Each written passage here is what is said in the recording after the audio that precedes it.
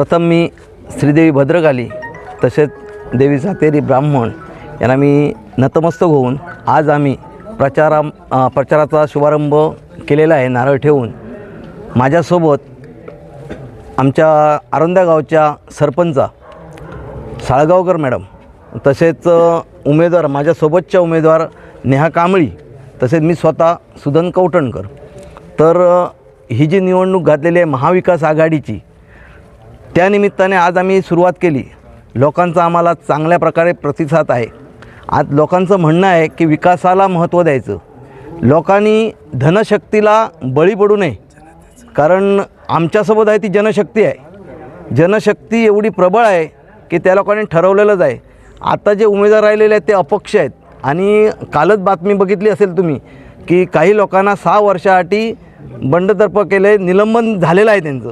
आणि फक्त ते लोक बॅड ॲडव्हर्टाईज करतात की आम्हाला नितेश राणेंनी सांगितलेलं आहे, रवींद्र चव्हाणांनी सांगितलेलं आहे. ही फक्त फुशारकी मारत आहेत. त्यांच्या पायाखालची वाळू सरकलेली आहे हे आपल्याला सगळ्यांना दिसत आहे. तुम्ही आता बघत असाल तर प्रथम नागरिक आमच्यासोबत आहे. माजी जिल्हा परिषद सदस्य जयू आरंदेकर यांचे चिरंजीव अमय आरंदेकर हेही आमच्यासोबत आहेत. त्याच्यामुळे BJPचे बरेचसे ज्ञानदीप राऊळ हे पण आमच्यासोबत आहेत, बूथ अध्यक्ष. तसेच चिंटू नाईक, शुभम नाईक, तसेच देवानंद खवणेकर, सहदेव साळगावकर असे जवळजवळ सर्वच आमच्याजवळ. सर्वांची नावं काय घेता येत नाही कारण प्रत्येकांची नावं तुम्ही बघितली असेल. आता एवढा जनसमुदाय आपल्यासोबत आहे आणि मला वाटतं हा प्रत्येक गावात आम्हाला असाच प्रतिसाद आहे. त्याच्यामुळे विजय हा आमचा निश्चित आहे दोन्ही उमेदवाराचा. तर लोकांना किंवा प्रत्येक ग्रामस्थांना मी सांगू इच्छितो की धनुष्यबाण आणि कमळ ह्या चिन्हावर आपण ते बटन दाबून बहुसंख्य मताने निवडून दोघांनाही देतील याच्यात तीळ मात्र शंका नाही. कुठले विकासाचे मुद्दे घेऊन जनतेसमोर तुम्ही जा? विकासाचं आरोंद्यात मला वाटतं विकास म्हणाल तर आरोग्याचा खूप मोठा गंभीर विषय आहे. कारण इथे आरोग्य सेवा एकदम ढासळलेली आहे. डॉक्टर रात्रीचे नसतात. एवढा मोठा गाव आहे. जवळजवळ मला वाटतं 2300-2400 मतदान इथे होतं आणि त्या गावात आज रात्रीचे डॉक्टर नाही कोणी. मी आता जवळजवळ 20 वर्ष इथे आहे. काही लोक सांगतात सुधा कवठणकरला कोण ओळखतो. जे उमेदवार आहेत त्यांना पण मी किती वेळा मदत केलेली आहे आणि त्यांना पण माहिती आहे. असे बरेच लोक आहेत की मला ओळखत नाही असं नाही, पण लोकांना ॲडव्हर्टाईज करायची असते. पण तुम्हाला एक सांगतो, लोकांचे काही पाण्याचे प्रश्न आहेत, लोकांचे आरोग्याविषयी प्रश्न आहेत, काही ॲम्ब्युलन्सची गरज आहे किंवा नोकरीविषयी गरज आहे. तरुणांना आता नोकरी नाही आहे, व्यवसाय नाही आहे. मग त्याच्या बाबतीत आम्ही योग्य ती व्यूहरचना करून तसेच मच्छीमार बांधवांचे काही प्रश्न आहेत ते पण आम्ही मार्ग लावण्याचा प्रयत्न करू. आता आमच्यासोबत नाही म्हटलं तरी मोदी सरकारचं पूर्ण पाठिंबा शिंदेसाहेब आहेत, नारायण राणे साहेब आहेत, निलेश साहेब आहेत, नितेश राणे साहेब आहेत, रवींद्र चव्हाण साहेब आमच्यासोबत आहेत. आणि ह्या दोन्ही माध्यमातून जर विकास कोण करून देईल, कारण हे अपक्ष येऊन पण काही विषय नाही होणार आहे. आणि आज उद्धव ठाकरे गटाचा विषय बघितलात तर तुम्ही बघितलं असेल, पुढे विकास हे लोक कोणीही करू शकत नाहीत. विकास फक्त महायुतीत करू शकते. हे अगदी काळ्या दगडावरची रेघ आहे. महायुतीशिवाय पर्याय नाही आणि लोकांनी हे अगदी मनात ठासून ठेवलेलं आहे. मला वाटतं आम्ही जिथे तिथे जातो तिथे आम्हाला चांगला प्रतिसाद आहे. जास्त काही बोलत नाही. आम्ही आता विकासाच्या मुद्द्यावरच ही निवडणूक लढवत आहोत. या ठिकाणी अमेय आरंदेकर यांनी अपक्ष उमेदवारी दाखल केली होती. ते या ठिकाणी BJPचे कार्यकर्ते होते. BJPला या आरोंद्यामध्ये त्यांचं एक वेगळं प्रस्थ होतं.